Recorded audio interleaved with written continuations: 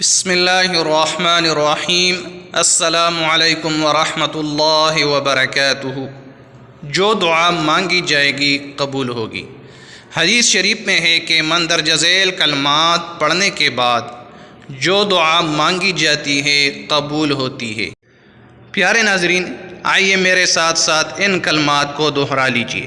لا الہ الا اللہ واللہ اکبر، لا الہ الا اللہ وحدہ لا شریک لہ، لہ الملک ولہ الحمد وہو علی کل شیء قدیر، لا الہ الا اللہ ولا حول ولا قوة۔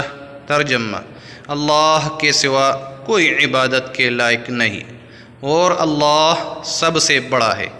اللہ کے سوا کوئی عبادت کے لائق نہیں، وہ اکیلا ہے، اس کا کوئی شریک نہیں، اسی کا سب ملک ہے، اسی کی سب تعریف ہے، وہی ہر چیز پر قادر ہے۔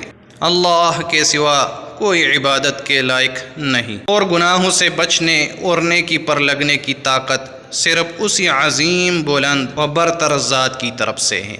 پیارے دوستو، اللہ تبارک و تعالیٰ سے دعا ہے، اللہ تبارک و تعالیٰ ہم سب کو نیک عمل کرنے کے ساتھ ساتھ ان کلمات کو پڑھنے کی توفیق عطا فرمائے، آمین۔